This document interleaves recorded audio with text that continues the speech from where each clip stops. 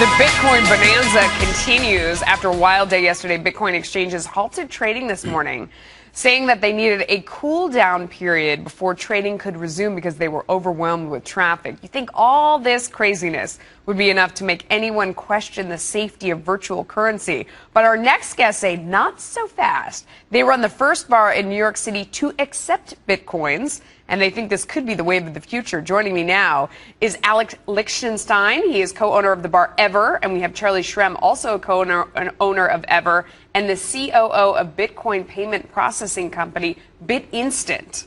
All right, Charlie, I'm going to start with you because you are the Bitcoin guy, and all the news today is about not being able to trade Bitcoin. What happened? Why did it close down? Well, essentially what happened was the volume of orders that were coming in were just surpassed what the exchanges could handle. Was everybody trying to sell it? Because the price was going way down. It was the opposite. Everyone was trying to buy. There was so much volume going in.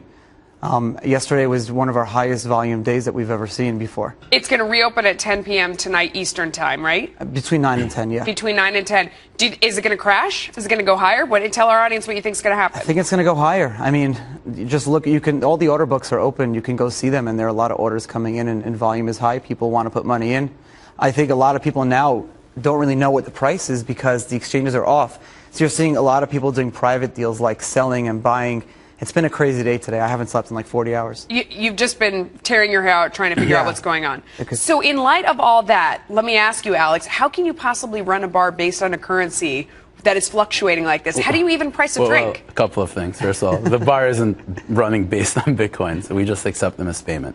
But for us, it was a no-brainer because through the app we have that Charlie helped us out with the technology for, we get the money in dollars almost right away. We never hold any Bitcoins. What happens is you basically have the app, the waiter, the bartender puts in the USD amount, converts into the Bitcoin amount, the person with the Bitcoin. So you don't have to worry about the fluctuating price of the Bitcoin because you just charge dollars and it instantly Exactly. We get dollars instantly, and it's way better for us than credit card processing. Why is it better? Because we get the money in our bank account the next morning. One of the big issues in the hospitality industry, especially with startups, is cash flow. And chargebacks. And chargebacks, exactly. You don't get the money right away because of credit card processing. With Bitcoins, with this app we have, we get the money right away. There's no such thing as a chargeback. And the processing fee is a fraction of what credit card processing costs. So it's really no risk. Your bar is called Ever. Correct. How many people come in and actually use Bitcoins to pay on a percentage basis? Well, we've only really been using it for about 3 days now. That's it? It's kind of hard to tell. We've only just started accepting Bitcoins. We've had, I'd say, about a dozen people use them so far. 3 days ago, what made you say, we are going to start accepting Bitcoins? Well, it was my fault. He's wanted to do it for like months. I've been wanting to do it since we opened, actually. Really? I mean, I've been familiar with Bitcoins. I'm not, a Bitcoin expert like Charlie, but it's something that's always intrigued me. Can I tip in Bitcoins? Absolutely. Do you give change in Bitcoins? Well, Bitcoins, you don't have to pay with a full Bitcoin. You can pay with 0.012 Bitcoins for whatever it is. Yeah. So, if it's $20 worth, it just converts into the Bitcoin amount. Yeah. And again, we get in dollars. So for us, there's no risk. Charlie, I mean, one of the things that Alex said was really telling, which is that he doesn't hold Bitcoins. It's instantly translated back into dollars, which to me says that as a business owner, he doesn't have a lot of faith in the long-term value of a Bitcoin. That's it's not so what volatile. I said. Well, he's using Bitcoin. Do you instantly put it back into dollars? Just because I have faith in it doesn't mean, because I personally have faith in something doesn't mean I can, have my investors have faith in it. For my business, so I your need to have everything in investors dollars. don't have faith. I mean, you convert it right back into dollars, which doesn't speak much for safety. Exactly. Bitcoin is two things, and it's important to understand what they are. It's a payment system, and it's also a currency. More importantly, the payment system is really what gives it its value. It's a peer-to-peer payment system, and it's the largest socioeconomic experiment mankind has ever seen.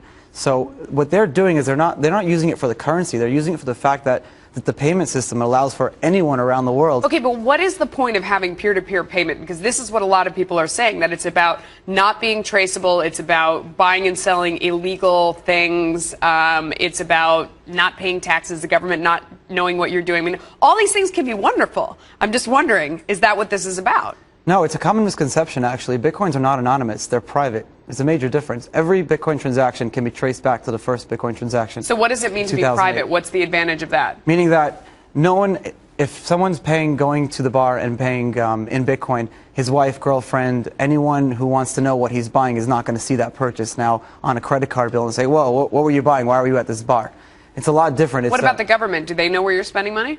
Does the government know you're spending money? You would treat it as a foreign currency. So if you were holding Bitcoin and you transferred it back to dollars like most people are doing now that taxes are due, then you have to, of course, file a return on capital gains. Do you have to pay the same amount of tax on your earnings? 100%. Absolutely. All right. Gentlemen, thanks so much for coming on. Charlie, we're going to watch tonight. You said that it was going to go up when it opened. It's going to be crazy tonight. Yeah, it's going to be crazy. We're going to keep an eye on it. I hope you'll come back. Thanks for coming on. Thank you.